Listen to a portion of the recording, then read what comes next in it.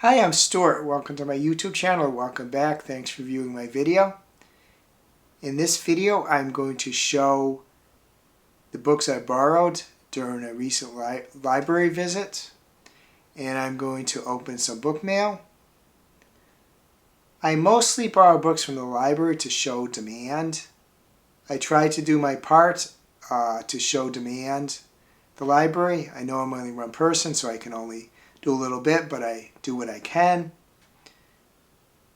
As a public company, corporation, whatever you want to call it, library is always subject to funding, and towns always want to cut funding when they can, so I want to try to do my little part to show that the library is necessary and important. Most of the books I borrowed I won't end up reading because of other reading I'm doing, other books I have. But all the books that I show here that I borrowed are ones that do look interesting to me, and I believe there's a good chance that I would like if I did read them, and hopefully I end up reading one or two of them. Ended up borrowing 6. The first book I borrowed is The Hopefuls by Jennifer Close. Just going to read a little bit from the left part of the inner dust jacket. A brilliantly funny novel about ambition and marriage, The Hopefuls tells the story of a young wife who follows her husband and his political dreams to Washington, D.C., a city of idealism, gossip, and complicated friendship among the young aspiring elite. When Beth arrives in D.C., she hates everything about it. The confusing traffic circles, the ubiquitous Ann Taylor suits, the humidity that descends each summer. At dinner parties, guests compare their security clearance levels. They leave their Blackberries on the table. They speak in acronyms. And once they realize Beth doesn't work in politics, they smile blandly and turn away. Soon Beth and her husband Matt meet a charismatic White House staffer named Jimmy and his wife Ashley, and the four become inseparable, coordinating brunches, birthdays, and long weekends away. But as Jimmy's star rises higher and higher, the couple's friendship and Beth's relationship with Matt is threatened by jealousy, competition, and rumors. A glorious stand-up of young D.C. and a blazing honest portrait of a marriage. This is the finest work yet by one of our most beloved writers. Couple of asides. One is that I had a Blackberry once. Second is I did have a job where I did need and get government security clearances. One was from the Department of Defense and one was from the Department of Energy. So I did have clearances from the government at one point. The second book I borrowed is Victories Greater Than Death by Charlie Jane Anders. Just see what it says in the synopsis in the left inner side of the dust jacket. Tina never worries about being ordinary. She doesn't have to, since she's known practically forever that she's not just Tina Main's average teenager and beloved daughter. She's also the keeper of an interplanetary rescue beacon. One day soon it's going to activate, and then her dreams of saving all the worlds and adventuring among the stars will finally be possible. Tina's legacy, after all, is intergalactic. She's the hidden clone of a famed alien hero left on Earth disguised as a human to give the universe another chance to defeat a terrible evil. But when the beacon activates, it turns out that Tina's destiny isn't quite what she expected. Things are far more dangerous than she ever assumed, and everyone in the galaxy is expecting her to actually be the brilliant technician and legendary savior, Captain Theo Argentian. But Tina is just Tina. The Royal Fleet is losing the war badly. The starship that found her is on the run. They barely managed to escape Earth with the planet still intact. Luckily, Tina is surrounded by a crew she can trust, including her best friend Rachel. She is still determined to save all the worlds. But first she'll have to save herself. The third book is The Maid's Secret, a Maid novel by Nita Prose. This is a sequel to The Maid by Nita Prose, which I liked a lot.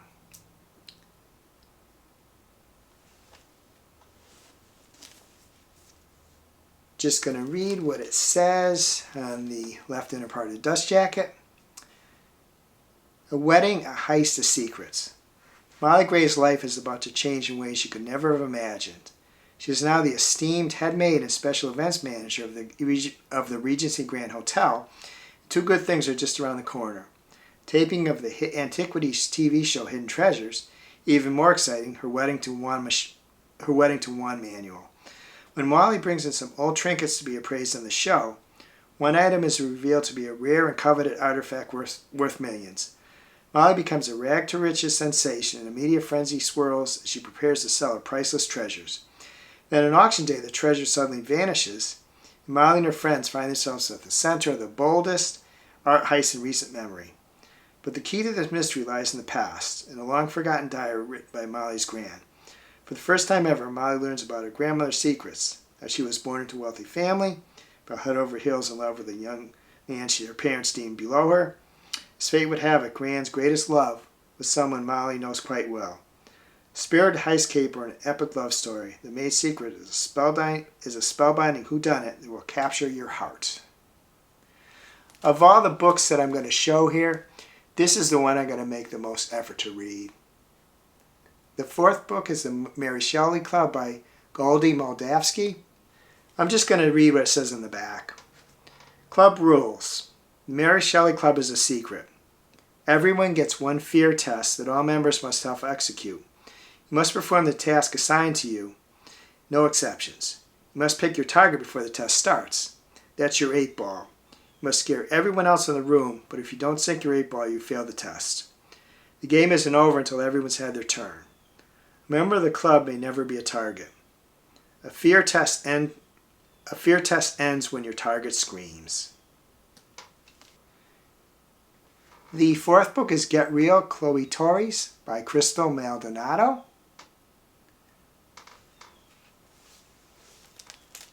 I'm going to read what it says on the left inner part of the dust jacket. When Chloe Torres plans the perfect summer to reunite her shattered friend group, there's only one difficulty: getting her ex-besties to actually go along for the ride. Chloe Torres' birthday is always marked the end of summer, but as she turns 18 and prepares to leave for art school, it feels like the end of more than that. It's the end of her adolescence, which means it's time to leave the past behind. Can she really let go of the two estranged best friends she left there? Nope. Chloe decides to take one more shot at healing the friend breakup that she's always regretted by planning the bucket list road trip neither of her two ex-besties can say no to. She's taken care of everything: the car, the hotels, even the concert tickets to their favorite boy band in Las Vegas. But first the other girls, ethereal hippie Sienna and goth beauty Ramona, have to say yes. And to say yes, Chloe, Ramona, and Sienna would all have to be talking, which they haven't done since Ramona kissed Chloe and everything exploded. And the sixth book is I Woke Up Dead at the Mall by Judy Sheehan. What really pulled me to this book is simply the word mall in the title. I love malls. I'm just going to read the synopsis from the back. I'm dead. Maybe when I open my eyes, this would all be some fever dream, and it would be over. It would be like that last scene in The Wizard of Oz. Everyone was worried about me, but now I was okay. Murdered, the word flashed like a beacon inside my head. Murdered. Why, who, why? I spoke out loud but very quietly. I want to get out of here. I want my dad. I want my life. I want my room. I want my music, my stuffed animals, and my phone, and everything else. Help, please. I had to finish the unfinished business of my life. Then again, my life was nothing but unfinished business. I was unfinishable. Now I'm going to open some book mail.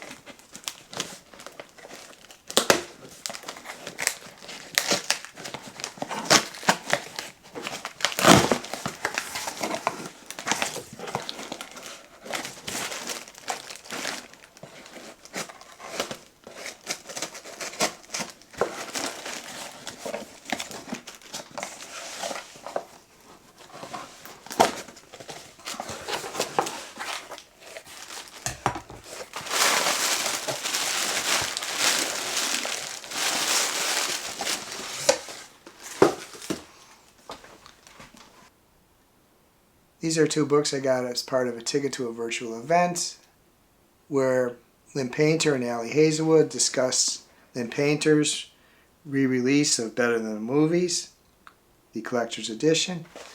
Here is Better Than Movies by Lynn Painter.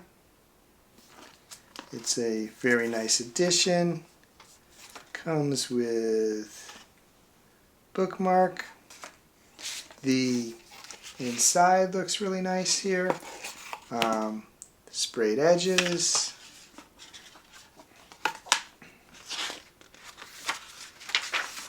And it's autographed.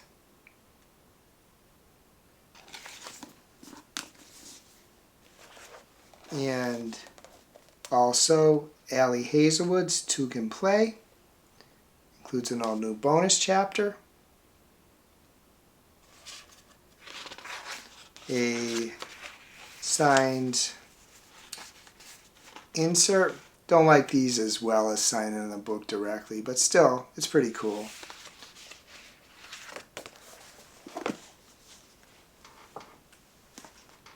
So looking forward to reading both these books. As I mentioned in my last video, I've read Bride and Maid by Ali Hazelwood, but none of her other books. I have not read anything by Lynn Painter. Next, I'm going to give the synopsis of Better Than the Movies.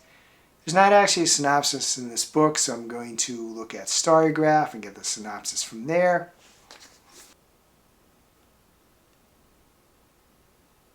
For readers who crave bubbly, banter-rich romance centered on the delicious clash between cinematic fantasy and real-life chemistry, ideal if you like snappy pacing, swoony comedy, and the fizzy thrill of watching enemies to lovers sparks fly amid proposals, mixtape gestures, and heartfelt coming-of-age warmth. Next, I want to read the synopsis of Two Can Play by Ali Hazelwood. Level up with this spicy enemies to lovers novella set in the world of video gaming, now for the first time in print. Viola Bowen has a chance of a lifetime to design a video game based on her all-time favorite book series. The only problem, her co-lead is Jesse F. Andrews, aka her arch-nemesis. Jesse has made it abundantly clear over the years that he wants nothing to do with her, and Viola has no idea why.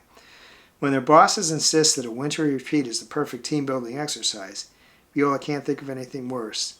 Being freezing cold in a remote mountain lodge, knowing Jesse is right next door, no thank you.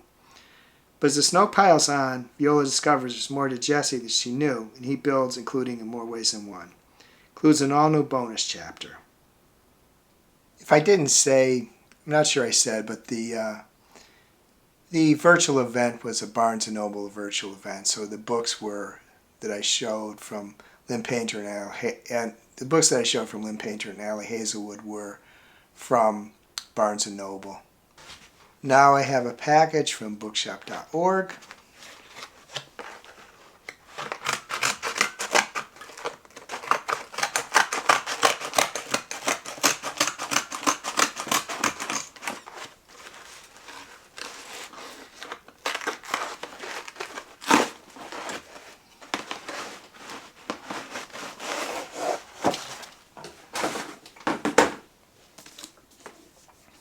It is Grace by A.M. Shine.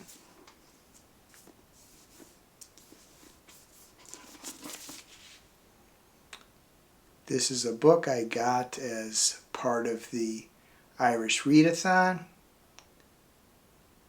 I probably won't start reading this in March because it's the 31st as I record this, but that is the reason I got this book. This is a horror novel. It says, back, he raised a whiskey to his wife and child. He hoped with all his heart that Grace was too young to remember him and the horror that he'd invited into their home. I'm sorry, he mouthed to them. His wife would have heard his glass fall to the floor and then only silence.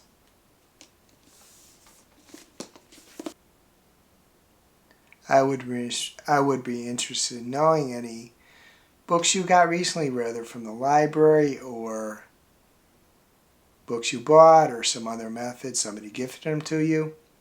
If you'd like to let me know, please reply in the comments. If you can't think of anything else to say, please add a book or a book stack emoji or an emoji of your choice. I hope you're having a wonderful reading week. I hope you're having a wonderful week in general. If you enjoyed this video, please give it a like, please subscribe, please hit the bell to get notified when I upload future videos.